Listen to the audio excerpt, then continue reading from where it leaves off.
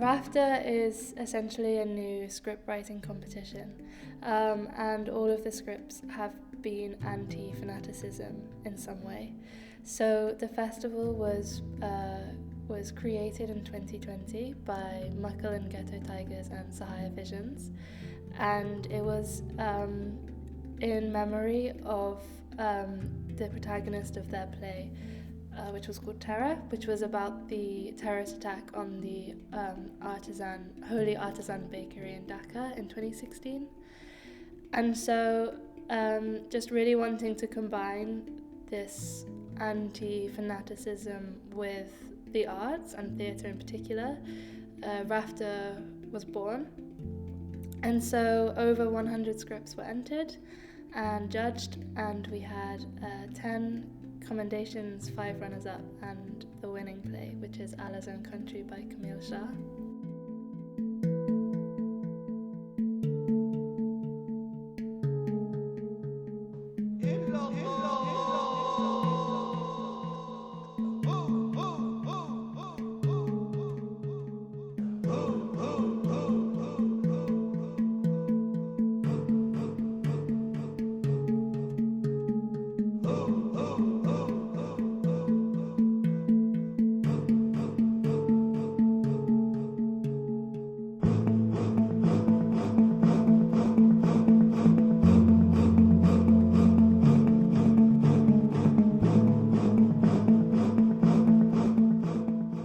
So Allah's Own Country is telling the story of Nabeel and Saira, a father and daughter who live in a curry house in Bradford, and he is best friends with a very famous cook, chef, and Saira becomes best friends with a vegan animal rights activist. Rights! Stop vegophobia! Meat-free school meals now! She has a lot of controversial opinions. I think it's just part of her personality that she wants to be bold and outspoken. Stop vegophobia! The play talks about kind of conflict of like values and like the rights of animals, what your morals are and what your culture is versus kind of maybe what you believe should be changing. How would you like to live in a society that does so many cruel things to people that you love and respect? Janice doesn't know that Saira's from a Muslim background, and she goes to make some very strong racist remarks that had she known Saira's background, she wouldn't have said. There are extreme characters in there that represent a sort of militant veganism. Well, the Muslims, you see, perfectly happy to feast on lambs and chickens and whatever else they can get their greasy hands on, but they don't eat pork. Oh. So that's just the thing, right?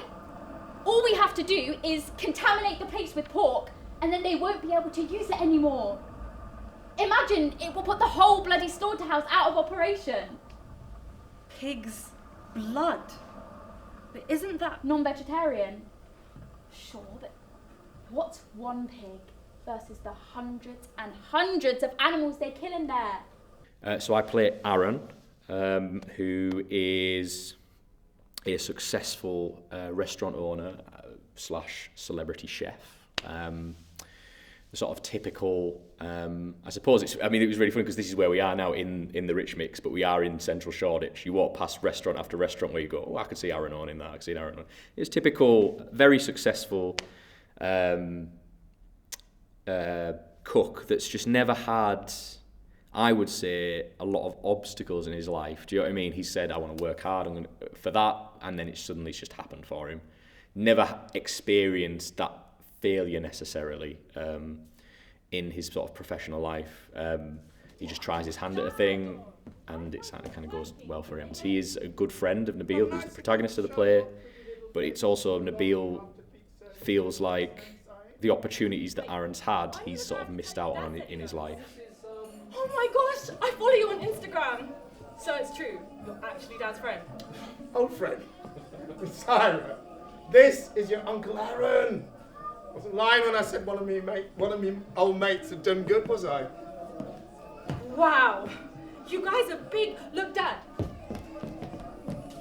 100k followers. Social media hub doesn't make up for substandard food. Hey! I'm not saying that Aaron's is... Since school, they've always had a good friendship, but also kind of a quiet, unspoken rivalry. I think Nabeel has always thought that Aaron was always one step ahead of him and always had that little bit of advantage where he felt disadvantaged. Aaron Samuels, the London standard bearer of Jewish cuisine. Yeah, leave it out, mate.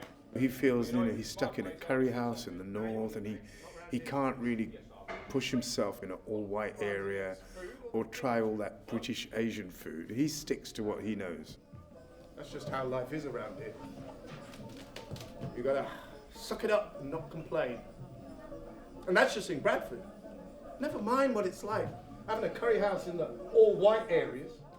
And in a way, what it illustrated for me is that when we are single, we have these massive, great dreams of what we'll do with our lives. So in Nabeel's case, he wanted to be a chef, but he ended up being a sous chef. You prepare the ingredients for the main chef. Whereas his friend Aaron learnt to make choux pastry, and he opened his own restaurant a day after he learned that. And Nabeel could never quite match it, so he stuck to what he knew in his tradition and culture. He always thinks that to be Muslim and Islam, you stick to lamb curry, lamb in your kurma, and chicken in your chicken biryani. And even with religion as well, that sort of gets fed into there as well. There's some very extreme personalities. And I think what he's posing is, where can we find this sort of middle ground? God, switch it off, turn it off. This is what you told me was better than whatever white people do to their animals.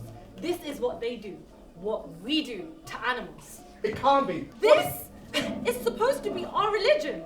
Slitting animals' throats, locking them in cages. What is this video? Halal is humane, it's good for the animals. How can you say that watching this, Dad? It tackles a very pertinent subject, which is, it's very current right now in the sense of what is our attitude to the food we eat? Are we aware of the consequences both to the environment and to ourselves? How that affects us, in a positive and negative way, and how that reflects on the relationships we build, good and bad. The minute you become a vegetarian, you turn your back on your culture, your family, everything. You might as well become a Hindu, for heaven's sake. It's about food, how that relates to culture and how different people approach that. Whether it is sort of your faith and your sort of background and where you come from, or whether it's sort of what you believe ethically is the right thing to do. This play, what it raises is the important issues about, do we think about the food that we put on a plate, where it comes from and the price that we pay, both to the animals and to ourselves? I think people will be shocked but also interested and should come out of it feeling like they've learned something and that they've been educated. So this is like giving a sort of small city perspective to how ingrained racial discrimination can be and how it is important to find allies. It's been very refreshing to be involved in a script that explores such important, strong topics that you don't often hear about as much. Are you in? Can I count on you?